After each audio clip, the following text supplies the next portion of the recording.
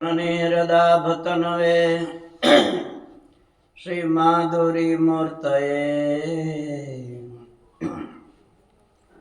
તુંગ તુંગ તુરંગ સંગીવૃતયે ચંચચલત્વાસસે નાનાહાર મનોહરાય હરે યષ્ટ્યાલ સત્પાણયે તસ્મૈ શ્રી ગુરવે ભવાય સહજા નંદાય વંદામહે. ઓમ શ્રી સ્વામિનારાયણાય નમો નમઃ. શ્રી ઘનશ્યામાય નમો નમઃ. અવતારિણે શ્રી હરિકૃષ્ણાય નમો નમઃ. શ્રી સ્વામિનારાયણ હરે સપ્તમો અધ્યાય. શ્રી નારાયણ મુનિ ઉવાચ. શ્રીમદ્ભાગવતસ્યાથ વિધિમ દાનસ્ય વચ્મિ તે સંપૂર્ણમ સ્યાત ફલમ યેન ભુવિ તદ્દાનકારિણામ. શ્રીમદ ભાગવત એનો કે છે શ્રવણનો દાનનો વિધિ બતાવે છે. શું એનું દાન કરે સંપૂર્ણ સ્યાત ફલમ એને ભુવિ તદ્દાન કારિણમ, સંપૂર્ણ એનું ફળ મળે છે. પૌર્ણમાસ પૌષ્ટપદી મુખ્ય કાલોત્ર કીર્તિત પૂર્ણમાસ્ય ખિલાવાપી વ્રતસ્વાની અન્યપી. પૂર્ણમાસી હોય કે બીજી કોઈ પણ બીજી તિથિ હોય, વ્રતવિધિ, જન્માષ્ટમી, રામનવમી, આવા બધા વ્રતના દિવસો છે. એ વખતે કે છે દાન કરવાથી મહાન પુણ્ય મળે છે. પુસ્તકોમ લેખયેત આદૌ શ્રીમદ ભાગવતસ્ય તુ દ્રઢપત્રમ સ્પષ્ટ વર્ણમ સંમિશ્રિત પંક્તિ ચ. સુંદર મજાનું કે છે પુસ્તકમાં સુંદર અક્ષરથી એ પુસ્તક લખી અને એનું દાન કરવું. નવીનમ શોધિત્વા તન નૂતને ફલક વેષ્ટ્યે નિબધ્ય સ્થાપનિયમ ચ લક્ષણમ તસ્ય તે બ્રુવે. હવે કે છે સુંદર શોધીને પાછો શ્લોક લેખાવો. હવે આ તો કંઈક શોધવાનું, તમે કંઈ કરવાના નથી, સમજ્યા? આ તો મહારાજે દાનનો વિધિ બતાવ્યો છે, એટલે તમે એ દાને કરવાના નથી. સુવર્ણનો સિંહ બનાવવો ને એના ઉપર પુસ્તક મેળવું, કથા સાંભળવા આવો તો એ સારું છે. આ કાંઈ નહીં કરો તો સમજ્યા? એટલે એ બધો વિધિ દાનનો આમાં બતાવ્યો છે. હવે એમાં કે છે વેદાંત સૂત્ર ગાયત્રીયા પરબ્રહ્મ નિરૂપકેહી યસ્યારંભો ભવેદ જ્ઞેયમ શ્રીમદ ભાગવતમ હિત. હવે શ્રીમદ ભાગવત, ભાગવત તો ઘણા છે, દેવી ભાગવત છે, સમજ્યા? એટલે કે છે આ શ્રીમદ ભાગવત છે, સર્વથી મોટું એ આ શ્રીમદ ભાગવત. હવે એમાં કે છે વેદાંત સૂત્રેહી, વેદાંત સૂત્રથી શરૂઆત જેમાં કરેલી છે, ગાયત્રીનો મંત્રનો જેમાં આવે છે વેદાંત સૂત્ર. જન્માદ્ય છે યતોનું યાદી તરત ત્યાંથી શરૂઆત થાય છે. ધીમહી એ ગાયત્રી મંત્રમાં આવે છે ને. આવો બધો જેમાં કે છે વિધિ હોય. અને વૃતાસુર વધો યત્ર વર્ણિત સ્યાત સવિસ્તરમ. વૃતાસુરનો વધ કર્યો છે ભગવાને, એનું જેમાં વિસ્તારપૂર્વક વર્ણન હોય. સુખદેવજી એ જે શ્રીમદ ભાગવત કીધેલું છે, અષ્ટાદશ સહસ્રાણી શ્લોકાયસ્ય કીર્તિતા. બ્રાહ્મ વરાહ પાદ્માનામ કલ્પાનામ યત્ર સત્કથા. હવે કે છે ભાગવતનું કેટલા છે શ્લોક? 18,000, 12 સ્કંદ છે. અને બ્રાહ્મકલ્પ છે, વરાહકલ્પ છે, બીજા સ્કંદમાં આ બધું આવે છે. એનું વર્ણન છે. વાસુદેવ પરમ તદ્વૈ શ્રીમદ ભાગવતમ નૃપ હૈમે સિંહાસને રમ્યે સ્થાપયેત દાનવાસરે. વાસુદેવ, આમ તો ભાગવત મહારાજે વચનામૃતમાં જ કીધું છે કે શ્રીમદ ભાગવત છે એમાં વાસુદેવ ભગવાન એમનું જ વર્ણન છે, એમનો જ મહિમા બતાવ્યો છે. શું? શરૂઆતમાં તમે જુઓ તો એ ભાગવતમાં વાસુદેવ ભગવાન, બીજા સ્કંદમાં તમે વાંચો વાસુદેવ પરાયોગા, વાસુદેવ પરમ તપ, વાસુદેવ પરમ જ્ઞાનમ, વાસુદેવમય જ બધું છે. નારાયણ પરાયોગા, નારાયણ પરમ તપ. આ પ્રમાણે વાસુદેવ નારાયણ એમનું જેમાં કે છે દરેક જગ્યાએ વર્ણન કરેલું છે. હેમમ સિંહાસને રમ્યે, સોનાનું સિંહાસન બનાવી એમાં આ ભાગવત પધરાવવું અને પછી દાન કરવું. પૂર્વા રાજા પરીક્ષિત હેમમ સિંહાસનમ મહત અમૂલ્યમ રત્ન નિશ્ચિતમ પુસ્તકાર્થમ અચિકરત.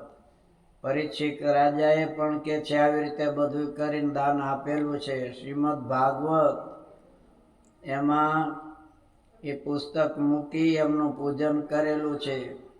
વાચૈત્યા સપ્તમેહની શ્વેત દીપમ જગામહ. એ શ્વેતદીપમાં પછી પોતે ગયેલા છે. નિર્લોભે નિસ્પૃહો તસ્મિન સુખદેવે ગતે તતઃ આનર્ચમ હેમ પીઠસ્થમ તશ્રીમદ ભાગવતમ નૃપ. સુખદેવજી કથા કરીને ગયા, ત્યાર પછી નિર્લોભી નિસ્પૃહી એવા સુખદેવજી ગયા પછી આ પુસ્તકનું દાન કર્યું છે. કૃપાચાર્ય તત્પ્રદાત તત્વ રાજા ચ દક્ષિણામ લક્ષમેકમ સુવર્ણનામ દત્વા વૈકુંઠમ આપ સહ. કૃપાચાર્ય એમને આ પુસ્તકનું દાન કર્યું અને પછી 1,00,000 સુવર્ણનું દાન આપ્યું છે. એથી એ પોતે વૈકુંઠ ધામને પામેલા છે. તથા કર્તુમ અશક્તસ્તુ સ્વસ્ય શક્તિ અનુસારતઃ હેમમ સિંહાસનમ રમ્યમ કારયેત સાઠ્યવર્જિતઃ. પોતાની શક્તિ પ્રમાણે કે છે એ સિંહાસન સોનાનું બનાવવું. અત્યારે સોનાના ભાવ બહુ છે ને, સમજ્યા? એટલે કે છે પોતાની શક્તિ અનુસાર, પણ લોભ કરવો નહીં. પાછું એમ લખ્યું સાઠ્યમ વર્જિત. શઠપણું એટલે લોભપણું ન કરવું, ઉદાર દાન આપવું. તથા કર્તુમ અશક્તસુ સ્વસ્ય શક્તિ અનુસારતઃ હેમમ સિંહાસનમ રમ્યમ કારયેત સાઠ્યવર્જિત. કુર્યાત હેમમ પત્રમેકમ અલ્પવિત્સુ માનવઃ ફલત્રયોર્મિતમ તત્ર પુસ્તકમ સ્થાપયેતુ તત.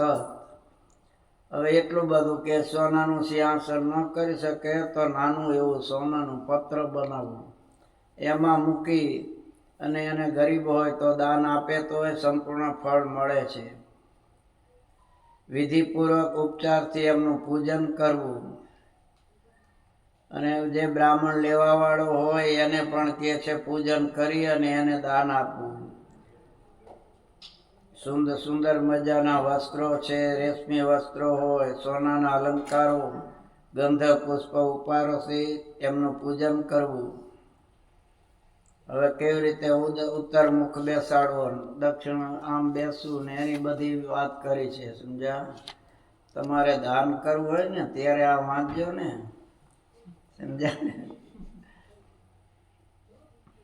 અનેક કોટિ જન્મોત્સવ કૃષ્ણ ભક્તિ અંતરાય કૃત દુરિતમ નાશયા માયાતુ દાને નાનેન મેં ખીલમ.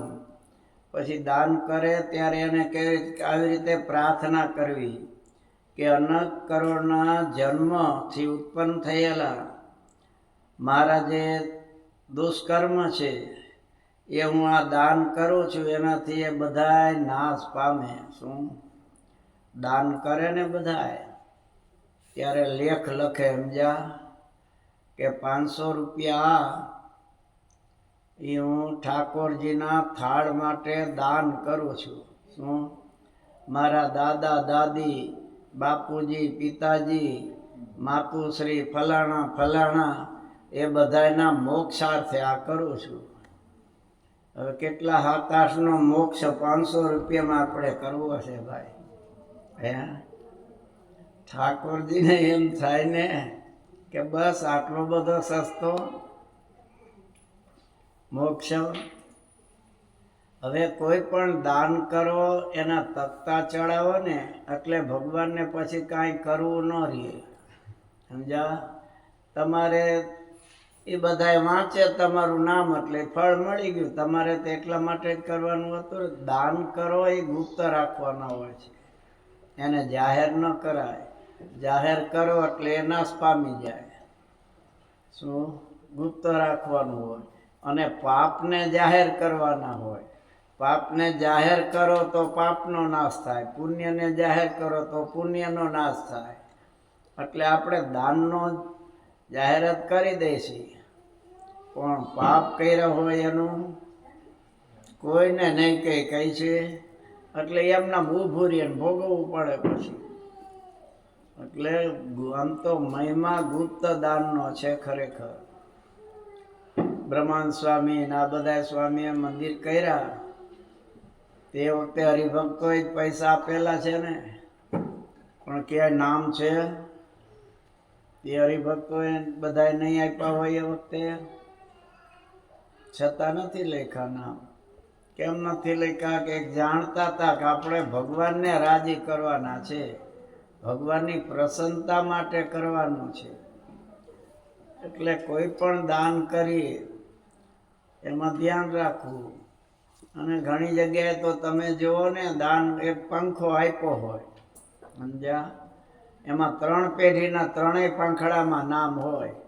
અત્યારના હોય એનાય બધાયના હોય, ટીનિયા ચકુડા બધાય આવી જાય, એના બાપાએ આવી જાય, સમજ્યા, એના દાદા વગેરે આવી જાય. ને પછી ઓલો પંખો ફરે ને ત્યારે દાદા ને બધા આમ રોજ ફેરા કરે, એમને ચક્કર માર્યા કરે. એટલે આવી રીતે આ દાનનો કોઈ અર્થ નથી. દાન છે જે કંઈ કરીએ એ ગુપ્ત થવું જોઈએ. પછી આમાં એ બધો જ વિધિ બતાવ્યો છે, સમજા. દક્ષિણા આપીને પૂજન કરવું એ તેના વિધાનેના શ્રીમદ ભાગવતમ પુમાન સૌભાસ્વતા વિમાને ન વૈકુંઠે પ્રતિપદ્યતે. અને આ પ્રમાણે કે છે જે દાન કરે એને પછી વિમાન તેડો આવે અને એ વિમાનમાં બેસી અને વૈકુંઠમાં પહોંચી જાય છે. મનોભિવાંચિત તત્ર ભોગાન પ્રાપ્નોતિ સર્વસઃ ના પ્રાપ્યમ વિદ્યતે કિંચિત તસ્ય કૃષ્ણ પ્રસાદતઃ. ત્યાં જઈને બધાય ભોગી ભોગવે છે ભગવાનની કૃપાથી, કૃષ્ણ ભગવાનની પ્રસન્નતાથી, અને બધું સુખે મેળવે છે. અપુત્ર પ્રાપ્નુયાત પુત્રમ, નિર્ધનો પ્રાપ્નુયાત ધનમ, શ્રીમદ ભાગવત દાનેન વિદ્યામ વિદ્યાર્થીમ આપનુયાત. પુત્ર ન હોય પુત્રને પામે છે, વિદ્યા ન હોય તેને વિદ્યા મળે છે, ધન ન હોય અને આ દાન કરવાથી ધનની પ્રાપ્તિ થાય છે. ઇતિ દાન વિધિ મયોદિતસ્તે નૃપતે ભાગવતસ્યા શાસ્ત્ર દ્રષ્ટઃ યમીહાચારતામ ન કાપે વાંછા ભુવિ ચા મુક્ત ચ શિષ્યતે દુરાપા. અને આ પ્રમાણે વિધિસર દાન કરે અને આલોકમાં કે પરલોકમાં કોઈ પ્રકારની ખામી રહેતી નથી. ઇતે શ્રીમદ સત્સંગી જીવને નારાયણ ચરિત્રે ધર્મશાસ્ત્રે 4થ પ્રકરણે પુરાણ શ્રવણોત્સવે શ્રીમદ ભાગવત દાન વિધિ નિરૂપણનામા સપ્તમો અધ્યાય. આ દાન વિધિનું આવ્યું બધું સમજ્યા. જ્યારે દાન કરવું હોય ત્યારે એને ખાસ વાંચી લેજો, એટલે તમારે દાન કરવું હોય તો કામ આવે. આ છે સત્સંગી જીવન છે, વચનામૃત છે, જે કાંઈ દાન કરો એમાં પણ કેટલું દાન કરે છે એ જોવાનું સમજ્યા. આમ તો અહીંયા જે દાન કરો ને એનું 1000 ગણું ફળ મળે છે. શું?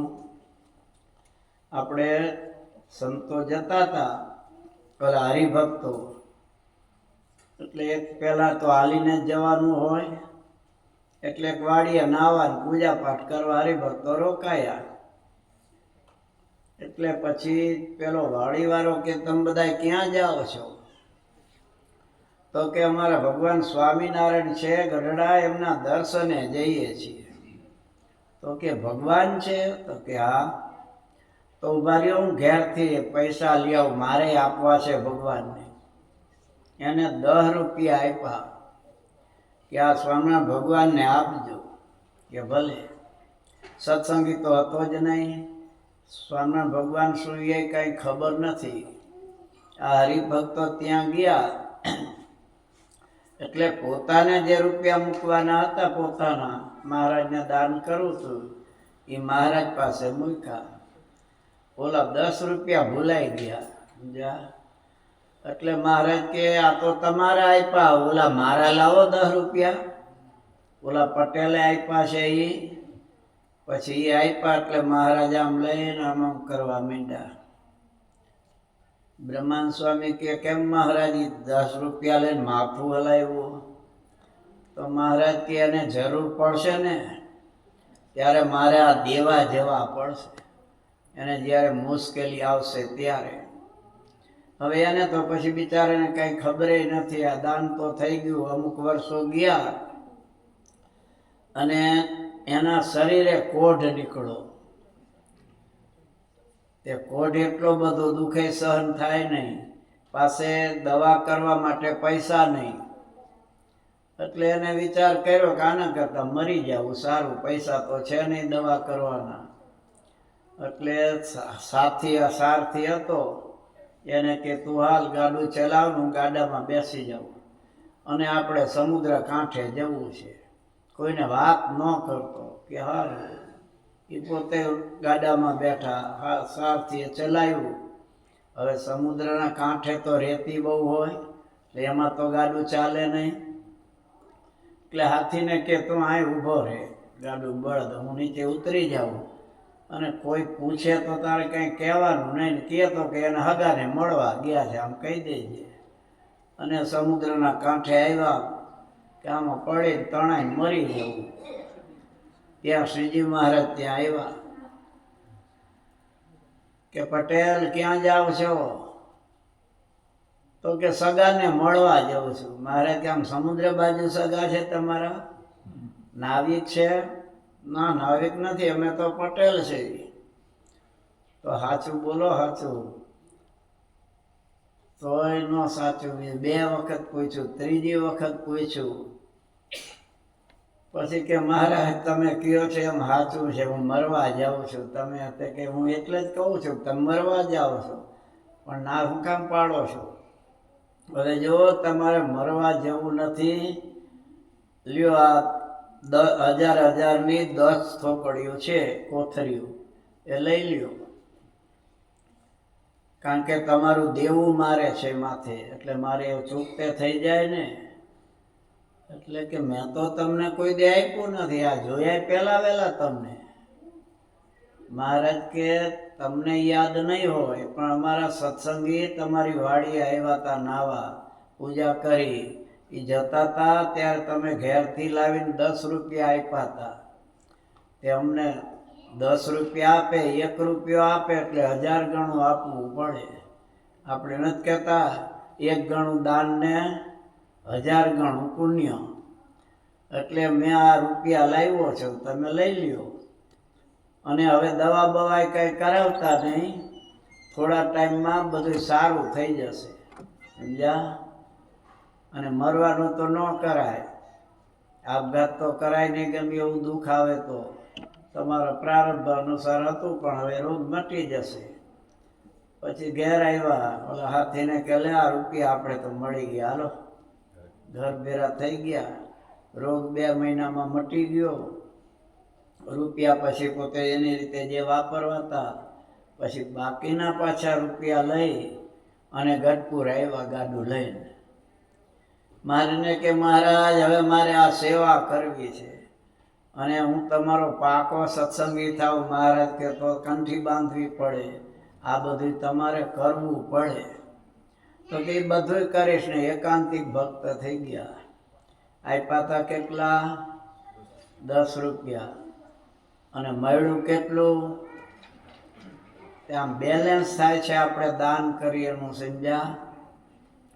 ઓલા નારદજી છે ને, એક ફેરે આયલા જતા હતા, એમાં એક ડોશીમાં મળી ગયા. એટલે ડોશીને કે ડોશી હવે આટલી અવસ્થા છે ને શું દોડા દોડી આ બધી કરો છો, હવે ભજન કરો. એટલે કે મને કાંઈ ભજન ન હોય, તમારે બીજું કાંઈ ન કરવાનું, તમારે ખાલી કોઈ પણ ઘરમાં વસ્તુ કરો ત્યારે ભગવાનને અર્પણ કરીને પછી બધું કરાય. ગમે ત્યારે કાંઈ પણ રોટલા કરો, રોટલો તૈયાર થાય અને થાળીમાં મૂકો એટલે શ્રી કૃષ્ણ અર્પણમસ્તુ એમ કહેવું, એટલે ભગવાન જમી લેશે. દહીં હોય તો દહીં માટે કહેવું. માખણનું પીંડો ઉતારીને થાળીમાં નાખો તો એમાં શ્રી કૃષ્ણ અર્પણમસ્તુ એમ કરવું. હા, એવું હેલું હોય તો કરવું, બાકી મને થાળ ન આવડે ને કેમ ધરાવવું એ કાંઈ ફાવે નહીં, કે એ કાંઈ જરૂર નહીં. ભગવાન તો બહુ દયાળુ છે. આપણે એમ જ કહે છે ને બહુ દયાળુ છે, આજ્ઞા ન પાડવી હોય ત્યારે. સમજ્યા? ઉકા કાઢી છે આપણે, ઓલા રમતા હોય એમાં કાઢે એમ. તે આ ડોશીમાં તો ચાલુ કરી દીધું, સમજ્યા? એ રોટલો નીચે ઉતારે, શ્રી કૃષ્ણ અર્પણમસ્તુ.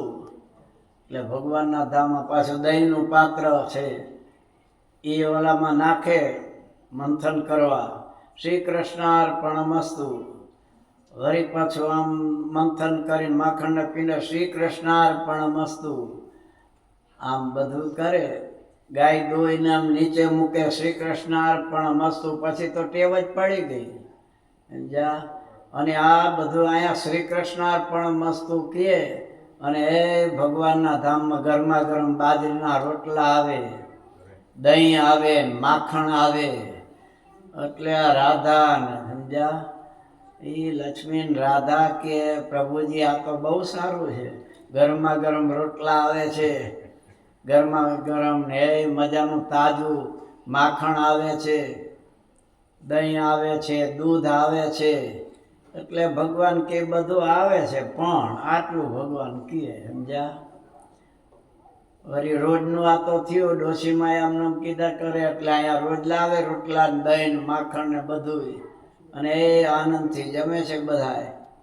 હવે એમાં અઠવાડિયું થયું એટલે લાકડાના ચૂલા, છાણા લાકડાના, એટલે આગવણમાં રખિયા વધી ગઈ. ડોશીમાં રખિયાનો ટોપલો ભર્યો અને પછી ઉકેળે નાખવા ગયા, એમાં ઓલું બોલાઈ ગયું, શ્રી કૃષ્ણ અર્પણમસ્તુ. તે ધામમાં તો 1000 ગણું પહોંચ્યું ભાઈ, 1000 ટોપલા એવા રખ્યાના. અને એ ચારે બાજુ ઉડે ભાઈ, રમખાણ થઈ ગઈ. આ લક્ષ્મી ને રાધા ને બધા કે પ્રભુજી પ્રભુજી આ શું બધું? ભગવાન કે મેં કીધું તો ને આ બધું આવે છે, પણ આ પણ આવ્યું છે, હવે કરો સાફ બધું. એ સોનાની સાવરણી લઈ બધા મીંડા સાફ કરવા, કોઈ દી કામ કરેલું નહીં. થાકીને રાધાજી ને લક્ષ્મી ને બધા થાકી રહ્યા ભાઈ, પસીનો વળી ગયો. કે આવો કોણ પ્રભુ તમારો ભગત છે કે આ રેખા આપી તમને? એમાં બરોબર નારદજી આવ્યા ભાઈ, સમજ્યા? ભગવાન કે કામમાં આના છે, જો આ ઊભી ચોટલી વાળાના બધા. નારદજી કે શું છે પ્રભુજી? આ રેખા તમે મોકલી. અરે હું કઈ રેખા મોકલતો હોઈશ? કે નવો ભગત કોઈ બનાવ્યો છે, કંઠી બાંધી છે. આ એક ડોશીને વાત કરી હતી મેં, ત્યાં ડોશીએ કૃષ્ણાર્પણ કર્યું, પણ રેખાએ કરી, એમાં હું વાંક તો તમારો છે. નારદજી નથી, આ ગાંડીની છે ને, રેખા કાંઈ ભગવાનને અર્પણ કરવાની હોય, તરત નારદજી તો આવ્યા. હજી આ ટોપલો નાખીને આમ ખંખેરતા હતા, ત્યાં નારદજી આવ્યા. એ ગાંડી, અહીંયા ભગવાનના ધામમાં રેખા થઈ ગયું. આ રેખા નખાય ત્યારે ન બોલાય શ્રી કૃષ્ણાર્પણ મસ્તુ એમ. તો કે એમાં મારો શું? તમે કીધું તું, તમારે ચોખ કરવી જોઈએ ને. અમને અભણ માણસને શું ખબર પડે? નારદજી કે ભગવાને મારો વાંક કાઢે છે, આ ડોશીએ મારો વાંક કાઢે છે. નારદને થોડી ખીચ ચડી અને એક તમાચો લગાવ્યો. તો આની ટેવ પ્રમાણે શ્રી કૃષ્ણ અર્પણ મસ્તુ અને ઠાકોરજીના ગાલે ભાઈ 1000 સીધી આવીને ઉભી રહી. બીજી એમાં ન બોલાય, પણ એમ કઈ બીજી દેવા જાય ત્યાં ભગવાન આવીને ઉભા રહ્યા, રાખ નારદ, હવે ખમાય એમ નથી. અને ડોશીમાને દર્શન આપ્યા ભાઈ. જો ડોશીમા બિચારાને બીજી કાંઈ ખબર નહોતી, પણ નારદના વચનથી આટલું કર્યું તોય ભગવાને દર્શન આપ્યા. સમજ્યા? પછી ત્યાંથી નારદજી આગળ જતા હતા. તે ખેડૂત હતો, એને કે જો કામ કરો પણ અરે ભગવાનનું નામ લેવાય. અરે નારદ કાંઈ બાવા થોડા થઈ, તે લ્યો ભગવાનનું નામ લેવાય કે એમ નહીં. કામ કરો, હાથમાં કામ, મુખમાં રામ. પણ એ તમારા ભગવાનના નામ અમને ન આવડે, કે કામ કરતા કરતા જ કરવાનું છે. તો હેલું નામ બતાવો તો કરી, તો ભગવાન દર્શન આપે. હા તો કરવું. તો કે તમારે ખાલી ગોપાળજી કરવાનું, ભગવાન દર્શન આપશે. આ જરૂર આપશે. નારદજી તો ગયા ને આને ચાલુ કરી દીધું, ગોપાળજી. સમજ્યા? એ એવું અખંડ ચાલુ કર્યું, સવારથી સાંજ લગી. ભૂલવું જ નથી આ નામ. જો પાછો હું ભૂલકણો છું, ભૂલાઈ જાય તો. એટલે ગોપાળજી કરે છે. બપોરે ભાત આવ્યું. સમજ્યા? એટલે એમના ઘરના કે લ્યો જમી લ્યો. એટલે આ તો ગોપાળજી એમ કયા કરે છે. એને ઘરનું કે પણ શું કરો છો એ બોલમાં પછી હું ભૂલી જઈશ નામ. હવે ગોપાળજી કરતા હતા. એમાં બળદ રાખેલા, રાઈસ સહિત ત્યાં ચારો નાખેલો. એ બળદ ગૂંચવાણા અને ઓલી પત્નીએ વાત કરીને એમાં પાછું નામ ભૂલાઈ ગયું. એટલે કે આ તું બોલી એમાં જો નામ ભૂલાઈ ગયું મારે. પાછું હવે શું હતું આમ વિચાર કરવા માંડ્યા. ત્યાંનું ઘરનું માણસ કે એ પણ બળદ ગૂંચવાના. હા એ જો નારદજીએ કીધું તું ઘુસાડજી કરજે, હવે મને બોલાવતી નહીં, ભગવાન દર્શન આપવાના છે. ઘરનું તો વયું ગયું. આ માંડવા હાથી આપવા પાછો. સમજ્યા? ઘુસાડજી કરે છે. ત્યાં ભગવાન કે હવે મારે આ ભક્તને દર્શન દેવા જવું પડશે. લક્ષ્મી કે હવે કાંઈ ન જેવું, બેહો ને. ના, મારો ભક્ત પ્રેમથી મારું નામ લે છે અને નારદજીએ વચન આપ્યું છે દર્શન આપશે, એટલે મારે તો દર્શન આપવા પડશે. તો હું સાથે આવું, પણ તમારું કામ નહીં. પછી તમને મારા ભક્તમાં શંકાવું થાય. એના કરતાં તમે અહીંયા હારા. ના, આજ તો તમારો ભગત જોવો છે કેવો છે. પછી ભગવાન ગરુડજી ઉપર બેઠા, લક્ષ્મીજી બેઠા કે હાલો જઈએ. પણ આમ સીમમાં ક્યાં જાઓ છો? મંદિરે જાઓ? ના, મંદિરમાં નહીં, આ તો ખેતરમાં ભગત છે, અહીંયા જવાનું.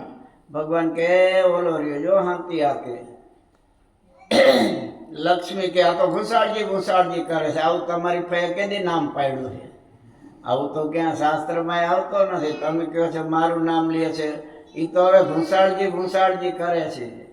ભગવાન કે પણ જે કરે એ મારો ભક્ત પ્રેમથી મારું નામ આપે ને, એ નામ થઈ જાય. પ્રેમથી મને ભગવાન કે છે ભક્ત જે બોલાવે નામથી એ મારું નામ. બીજું મારે કાંઈ જોવાનું ન હોય. પ્રેમથી મને યાદ કરે ભક્ત. એટલે કે ના, પણ મને નથી મનાતું. આ તો બીજું કંઈક નામ ઘુસાડજી કરતો હોય, તમારું નામ નથી. ભગવાન કે પહેલા જ મેં તમને કીધું તું, તમે આવો માં સાથે, તમને શંકા જશે. તો કે આવું નામ હોય, શંકા તો જાય જ ને. ભગવાને કે તમે ઊભા રહ્યો, હું પૂછી આવું. ભગવાન કે જો આ ખાડમાં હું બેઠો છું, તમે જાઓ સામાન્ય ડ્રેસ ધારણ કરી પૂછી લ્યો. મારું જ નામ લે છે. એટલે લક્ષ્મીજી આવ્યા, હે પટેલ કોનું ભજન કરો છો? પટેલ જાય, જો વાત કરવા રહે તો નામ ભૂલાઈ જશે પાછું. હામુય ન જોયું, કાબ હાથી હાંકતા જાય છે અને ઘુસાડજી ઘુસાડજી ઘુસાડજી કરતા જાય. એ પટેલ પણ ઊભા તો રહ્યો, કોનું ભજન કરો છો?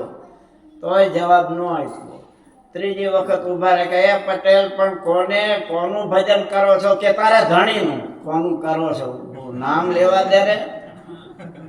અને જેનું વાત તો સાચી, ઠાકોરજી કહેતા હતા કે મારું ભજન કરે છે, પણ હજી પાકું કરી લઉં.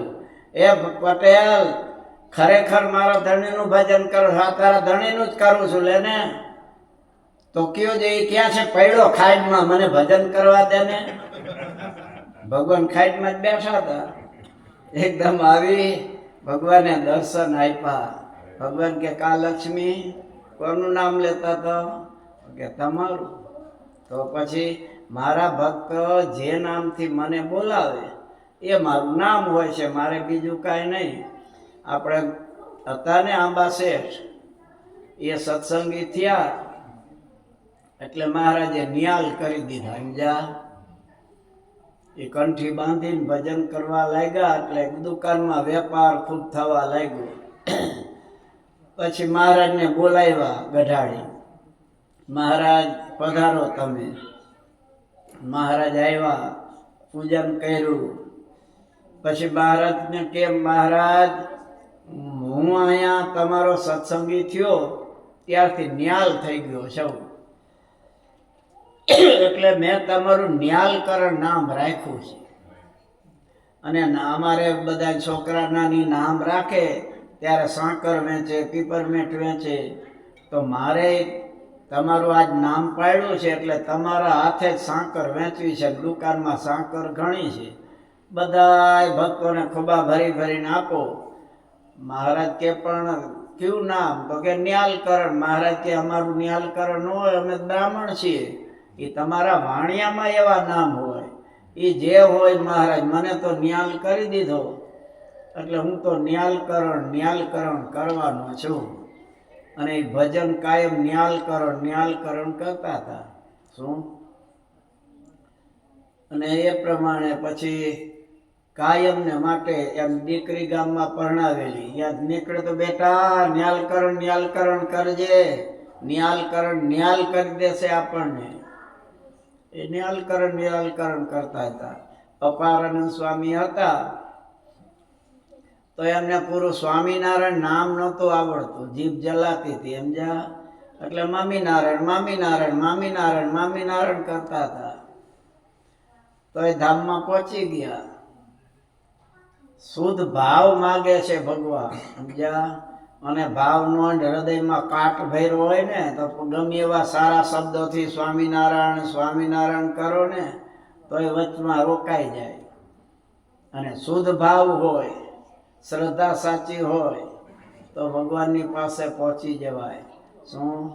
ગમે નામ લ્યો. આપણે વાલિયા લૂંટારાનું આવે છે ને, મરાનું ભજન કરીને વાલિયો વાલ્મીક થાય, સંતોના સંગમાં પાપી પાવન થઈ જાય, સંતોના સંગમાં.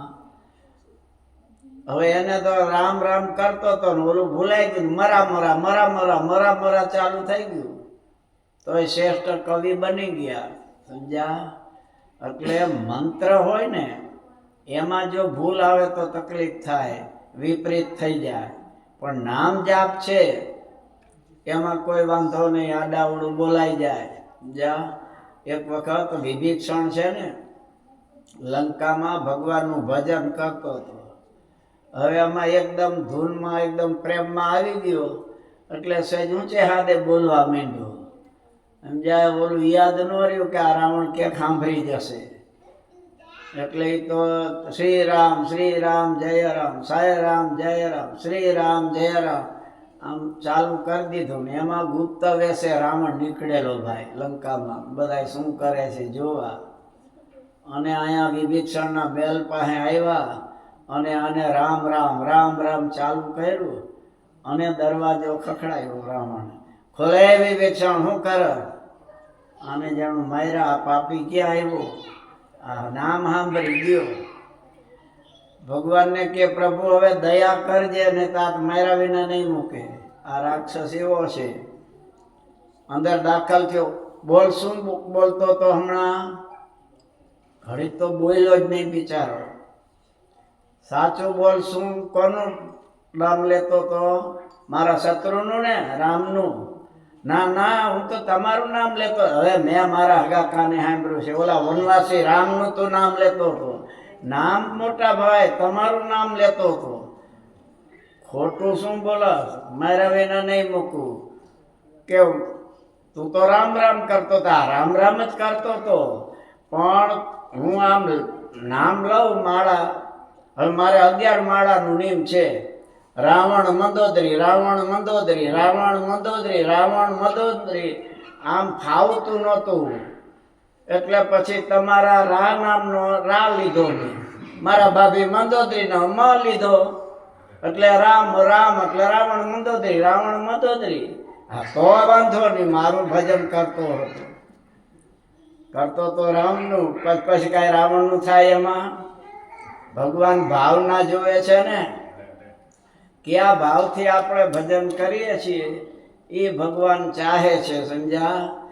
એટલે આપણે ધૂન કરીએ, કીર્તન કરીએ, ભગવાનને યાદ કરીને કરવું. ભગવાનને ભૂલી ન યાદ, રાઈટ ટાઈમે કરી દઉં છું. 1 જ મિનિટ વધારે થઈ છે ભાઈઓ. ઘનશ્યામ મહારાજની શ્રીપતિમ શ્રીધરમ સર્વદેવેશ્વરમ ભક્તિધર્માત્મજમ વાસુદેવમ હરિમ માધવમ કેશવ કામદમ કારણમ શ્રી સ્વામિનારાયણ નીલકંઠમ વજે સહજાન સ્વામી મહારાજની જય.